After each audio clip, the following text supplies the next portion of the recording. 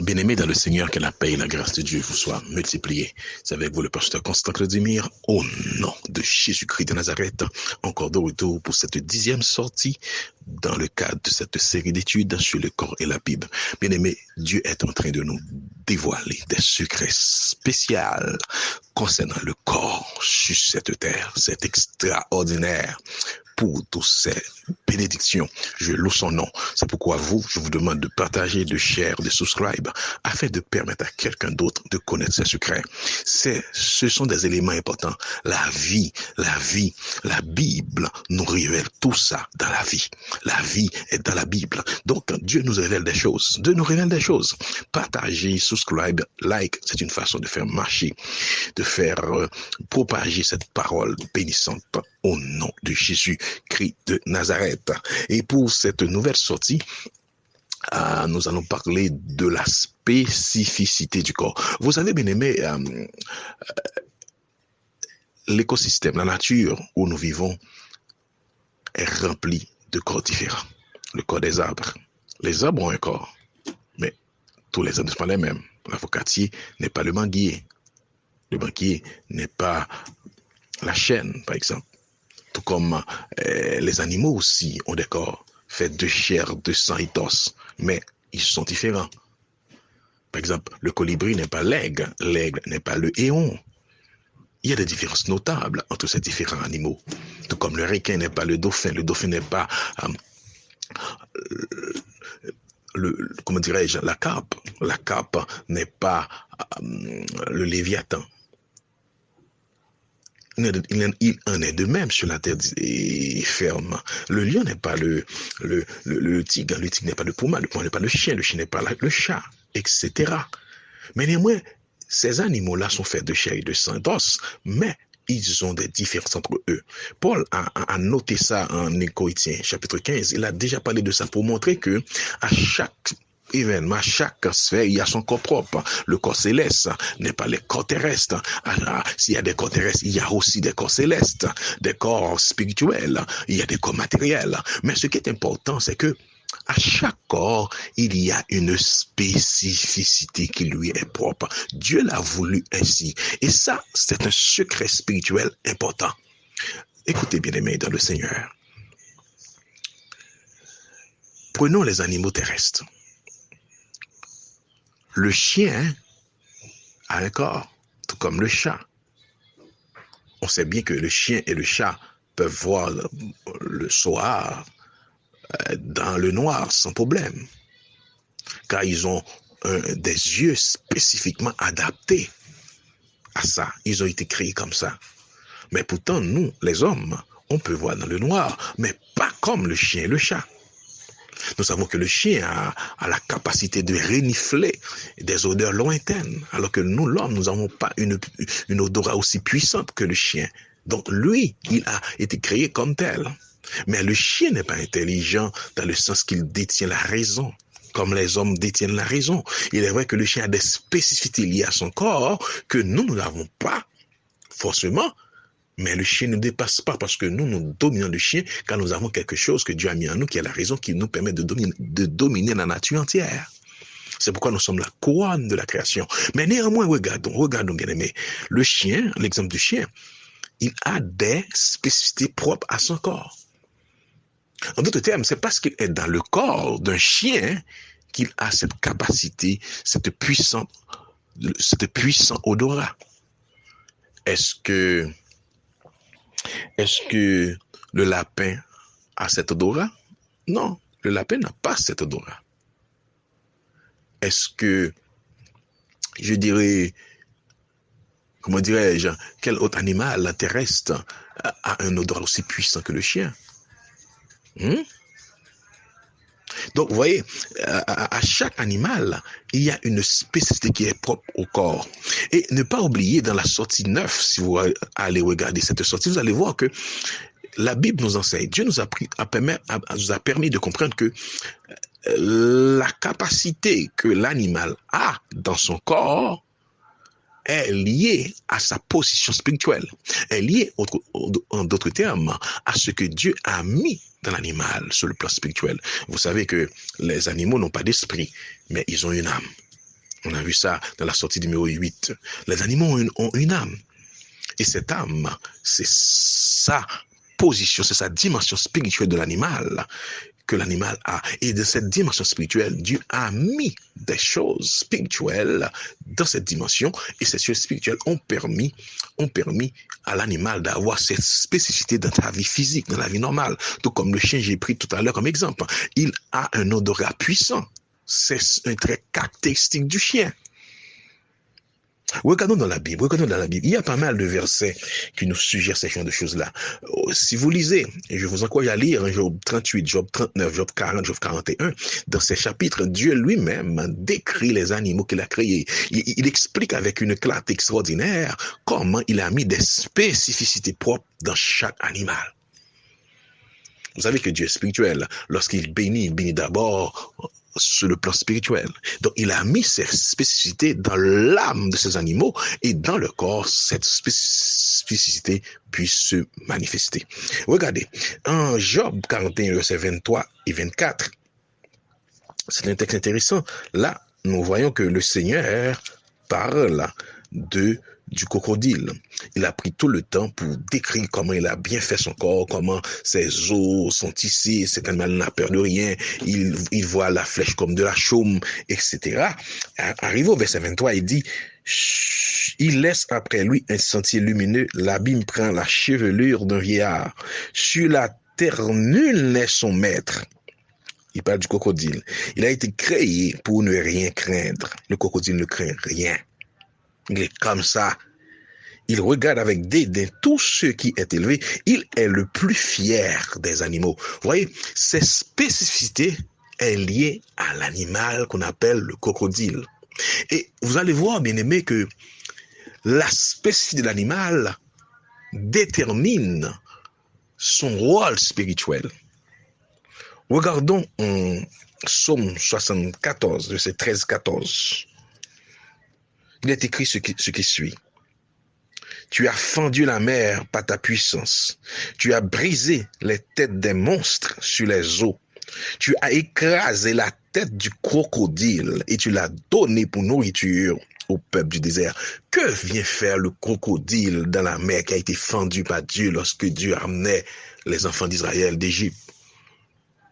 Pourquoi le crocodile est là? Et ceci est très significatif lorsqu'on considère Ézéchiel 29, le verset 3. Il est écrit, parle et tu diras ainsi, parle le Seigneur l'Éternel, voici, j'en veux à toi, Pharaon, roi d'Égypte, grand crocodile qui te couche au milieu de tes fleuves et qui dit, mon fleuve est à moi, c'est moi qui l'ai fait. On parle encore du crocodile. Ézéchiel 32, on revoit encore le crocodile. Verset 2. Fils de l'homme, prononce une complainte sur Pharaon, sur roi d'Égypte. Tu lui diras, tu ressembles à un mourant parmi les nations. Tu étais comme un crocodile dans les mers. Tu t'élançais dans tes fleuves. Tu troublais les eaux avec tes pieds. Tu agitais leurs flots. Tu vois, bien-aimé, on parle du crocodile. Le crocodile est le plus fier des animaux. Le crocodile ne craint personne.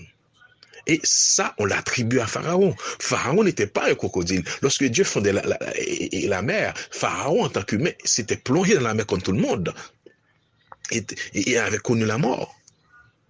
Mais Dieu parle au crocodile qui était dans la mer. C'est-à-dire que les spécificités propres au corps du crocodile, eh bien, ont un tremplin, ont une origine spirituelle. Et ces spécificités, ces caractéristiques, ces qualités morales ou bien et de l'âme spirituelle du crocodile sont attribuées à un esprit. Car Dieu parle à un esprit, l'esprit du crocodile qui jouait dans les eaux. Et c'est cet esprit-là qui dominait Pharaon. Donc Pharaon était le plus fier des rois. Tu vois, il avait en lui le caractéristique du crocodile, il était le plus fier des rois de l'époque. Vous voyez, bien aimé, comment les choses sont extraordinaires. Prenons un autre cas. Le cheval. Le cheval. La Bible nous parle du cheval. Si vous prenez Job 39, verset 19, Vous allez voir que Dieu parle du cheval et dit que le cheval, eh bien, c'est un animal qui a beaucoup de vigueur. Quelque part d'autre, il a dit que le cheval n'est pas intelligent, mais il a la vigueur, beaucoup de vigueur. Et c'est Dieu qui a mis en lui toute cette vigueur. Le cheval, lui, qu'est-ce qu'il fait? Qu'est-ce qu'il peut faire? Il rit du danger. Vous avez l'habitude de voir des films. Le cheval, lorsqu'il va en guerre, c'est l'animal le plus adapté pour aller en guerre. Il n'a pas peur de l'épée, il n'a pas peur du sang, il n'a pas peur de ces choses-là. Il aide les gens à combattre, au contraire. Il rit du danger. Il a plein de vigueur. C'est une caractéristique propre au cheval que Dieu a mis en lui. Si vous remarquez, je ne sais pas si vous remarquez que les pays s'identifient aussi avec des animaux. Par exemple, les États-Unis, c'est un aigle. On va regarder les caractéristiques de l'aigle, vous allez voir, est-ce que ces qualités-là n'impriment pas la nation américaine? C'est un prédateur, et l'aigle est un prédateur de grand calibre. Il voit ses proies de loin. Il est très rapide, tout comme les États-Unis. La Russie, c'est l'ours. L'Angleterre, c'est le lion. Le Canada, c'est une feuille d'érable. Hein? Haïti, c'est un palmiste. Donc, les nations s'identifient avec les corps qu'on retrouve dans la nature. Et chaque corps a une spécificité, a une réalité spirituelle que ça explique. Et c'est en lui. Regardez en Proverbe 21, nous allons lire le verset 31.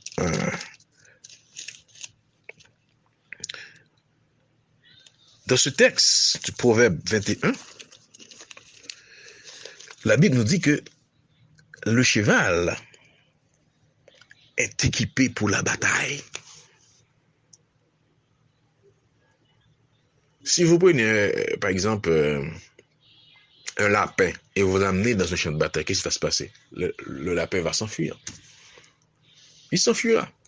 Si vous prenez, par exemple, je ne sais pas quoi, quel animal d'autre, et tu l'emmènes dans un champ de bataille, il va s'enfuir. Mais le cheval, lui, va entrer dans la bataille. Il est prêt pour ça. Il a la vigueur et la force pour avancer. Ça, c'est sa spécificité propre. Donc, vous voyez, chaque animal a une spécificité et cette spécificité est utilisée dans la vie. Regardons un autre cas, un autre exemple.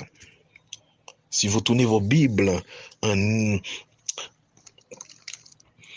Ésaïe 27, le verset 21. En Ésaïe 27, le verset 21, il nous parle comment dirais-je, on l'appelle cet animal le Léviathan. Le Léviathan. Le Léviathan, c'est une sorte d'animal, une sorte de serpent fuyant. Et en Ésaïe 27, verset 1er, il dit, ce jour l'Éternel frappera avec sa dure et grande et forte épée, le Léviathan. Serpent fuyard, le Léviathan, serpent tortueux, et il tuera le monstre qui est dans la mer. Ici, on parle de serpent fuyard, le Léviathan. Vous savez, le serpent, il est fuyard, il est rusé. C'est le même serpent, c'est peut-être le même serpent de Genèse 1er qui a séduit l'Ève. Mais ici, il est dans la mer. C'est notre type de serpent, on appelle le Léviathan. Il dit le fort, le grand serpent, Dieu va le frapper. Pourquoi? Parce qu'il est fuyard. Il est tortueux. Sur les caractéristiques de ce serpent-là. Voyez, bien-aimés, ce que je veux attirer votre esprit par cette 10e sortie, c'est que à chaque animal, Dieu a mis une qualité morale chez cet animal-là. Et son corps ne fait que répondre à cette qualité morale, ou bien, je pourrais dire spirituelle, que cet animal a en lui. Tout comme le crocodile, il est le plus fier des animaux, il n'a peur de rien. C'est pourquoi le crocodile là, est assimilé à Pharaon. Donc l'esprit du crocodile, l'esprit qui habitait le crocodile, qui a cette qualité-là, habitait le Pharaon. Le cheval est plein de vigueur. Donc, vous voyez, bien aimé, ces qualités, ces entités, les hommes possèdent ces choses-là. Peut-être pas à un niveau aussi élevé que ces animaux-là, tout comme le chien, qui a une flair extraordinaire, un odorat puissant. L'homme a un odorat aussi, mais pas aussi puissant que le chien. Donc, vous voyez, mais pourquoi il a ce corps-ci? C'est parce que son corps doit exprimer un odorat puissant. Dieu l'a formé ainsi. Donc, bien aimé, le corps des animaux n'est pas anodin. Le corps des animaux détient une spécificité propre à ce que Dieu a mis dans l'animal comme caractéristique propre moralement ou spirituellement. Même lorsque les animaux n'ont pas d'intelligence, n'ont pas la raison, mais les animaux ont une vie spirituelle. Donc, bien aimé, j'espère que vous avez compris le but de cette 10e sortie. Les corps des animaux ne sont pas anodins. Ils sont là pour exprimer la qualité, la valeur spirituelle que Dieu a mis en eux. Que Dieu vous bénisse. À la prochaine.